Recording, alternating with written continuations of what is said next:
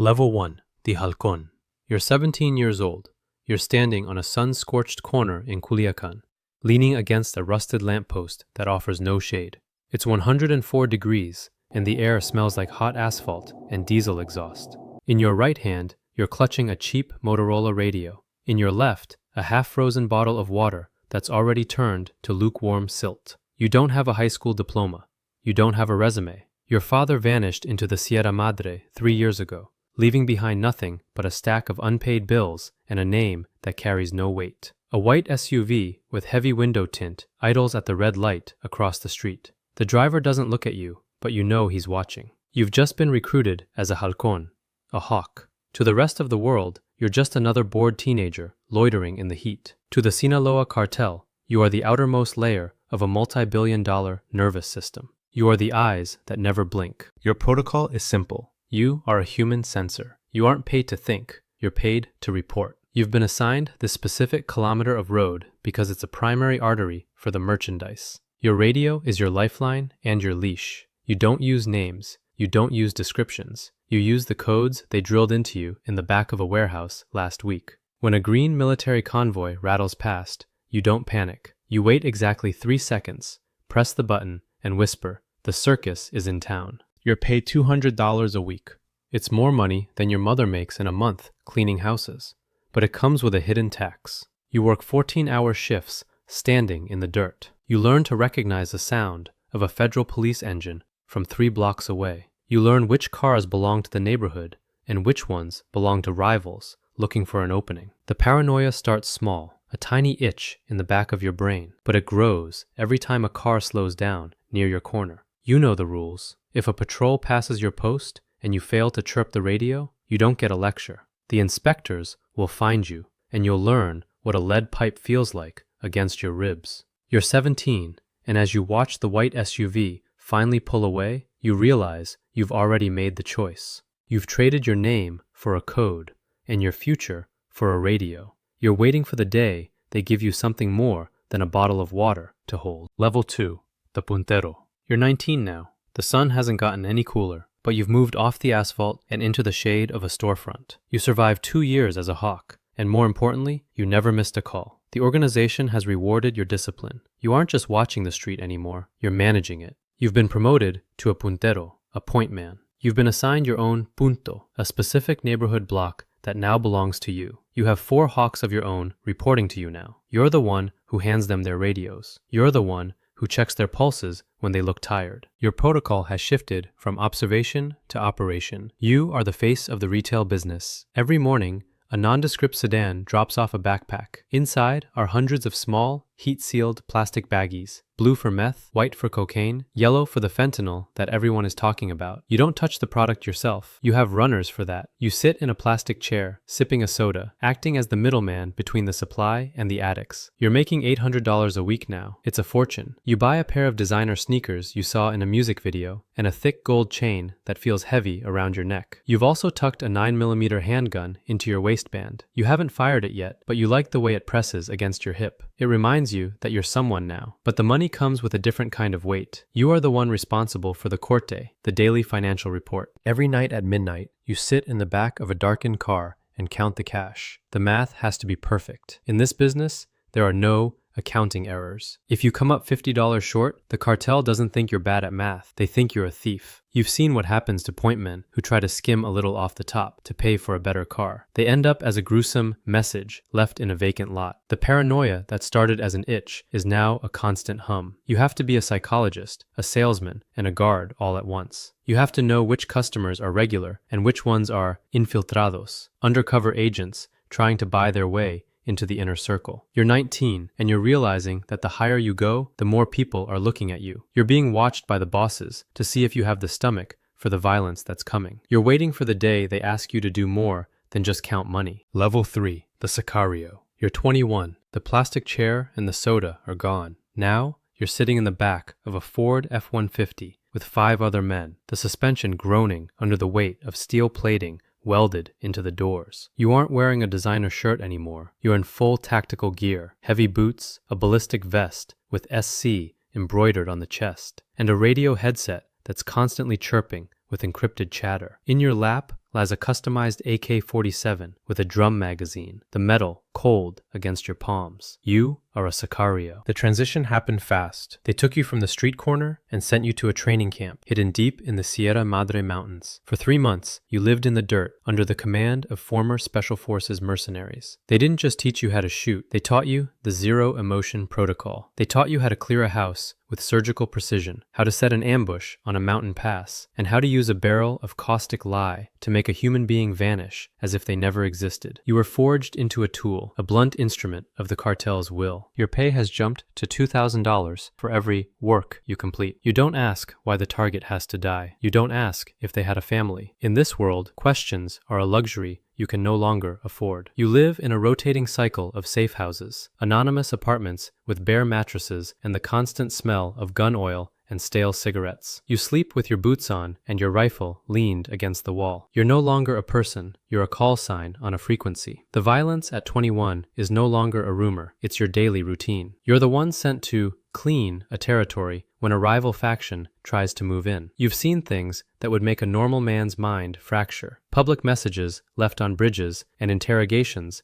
that last for days. The paranoia has evolved into a hyper-awareness of every sound, every shadow, and every car that follows you for more than 2 turns. You have $15,000 hidden inside a spare tire in your garage, but you've never been poorer. You can't go to a restaurant. You can't visit your mother on her birthday because your presence is a death sentence for her. You're 21, and you realize that at this level, your life expectancy is measured in months, not years. You're the front line, the human shield. You're waiting to see if you can survive long enough for the bosses to decide you're too valuable to be wasted on a trigger. Level 4, the Transportista. You're 24. You've done the unthinkable and survived the front lines of a turf war that claimed most of the men you started with. The bosses have looked at your record and decided you're too smart, too cold, and too valuable to be lost in a random street corner shootout. They've moved you away from the trigger and into the gears of the machine. You are now a Transportista. You've traded your tactical vest for a polo shirt and a satellite phone. Your job is no longer to kill for the Empire. It is to make sure the Empire's blood, the product, keeps flowing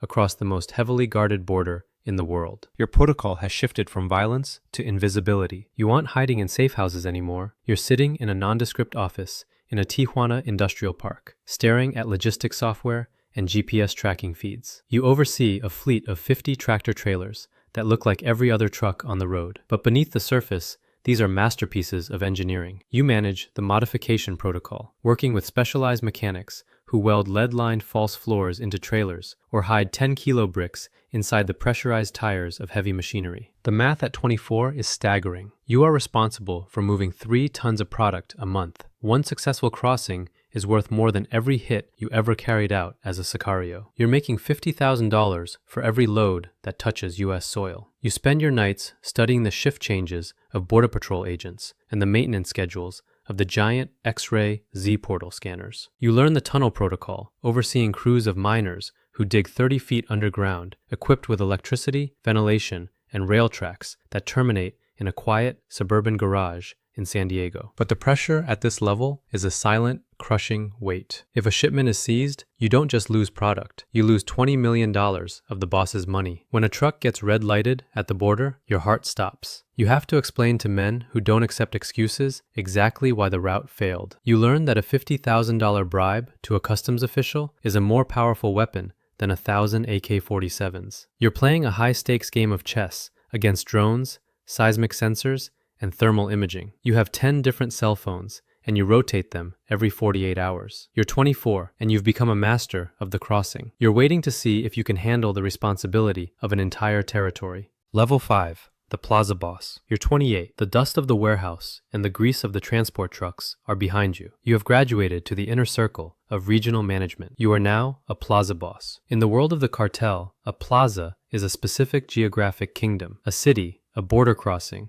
or a vital mountain corridor. This territory is now yours to rule. You no longer pull a trigger or drive a truck. You sit in a leather chair behind a mahogany desk in a fortified ranch, managing the silver or lead protocol that dictates the life and death of thousands. Your job is to act as the shadow governor. You are the one who ensures the state functions in harmony with the empire. Your protocol is simple: total control. You oversee every gram of product that moves through your zip code, but you also oversee the town itself. You are responsible for the payroll, which at this level means distributing millions in bribes. You have the local police commander, the mayor, and the regional military generals on an encrypted group chat. You pay their salaries, their children's tuition, and their vacation homes. In exchange, they give you a pax mafiosa, a state of peace where the authorities stay in their barracks while your convoys roll through the streets at 3 a.m. At 28, you are making $200,000 a month. You live in a sprawling estate with gold-plated faucets, a private zoo, and a fleet of armored SUVs. But the luxury is a cage. You wear a bulletproof vest under your tailored silk shirts because you know the rules of the game. Power is never given, it is only taken. You spend your days settling disputes between local gangs and your nights staring at security monitors. You have to be a master of diplomacy and a monster of discipline. If a rival cartel tries to split your plaza, you are the one who orders the scorched earth response to protect the territory. The paranoia has reached its peak. You realize that your name is now printed on a file in a government building 3,000 miles away. You are no longer an anonymous worker. You are a high-value target for the kingpin strategy. Internally, you are also under constant threat. Every young, hungry Sicario at level 3 looks at your lifestyle and wonders if they could do a better job. You don't trust the food you eat or the people you pay. You're 28 and you've realized that being a king means living with a target on your back. You're waiting to see if the supreme leaders call you to the inner sanctum, or if they decide you've become too powerful to stay alive. Level 6. The Jefe de Seguridad. You're 32. You've moved beyond managing a single city. Now, you are the wall that protects the heart of the entire empire. You are the Jefe de Seguridad, the head of security. You aren't just a boss anymore. You are a shadow general. Your protocol is no longer about profit or territory. It is about the survival of the crown. You are the human shield between the supreme leaders and the world that wants them dead. Your daily life is a continuous, high-stakes war game. You command a private army of over 1,000 men, many of whom are former Special Forces commandos and elite paratroopers who traded their national service for a cartel paycheck. You oversee the Monstro Protocol, managing the production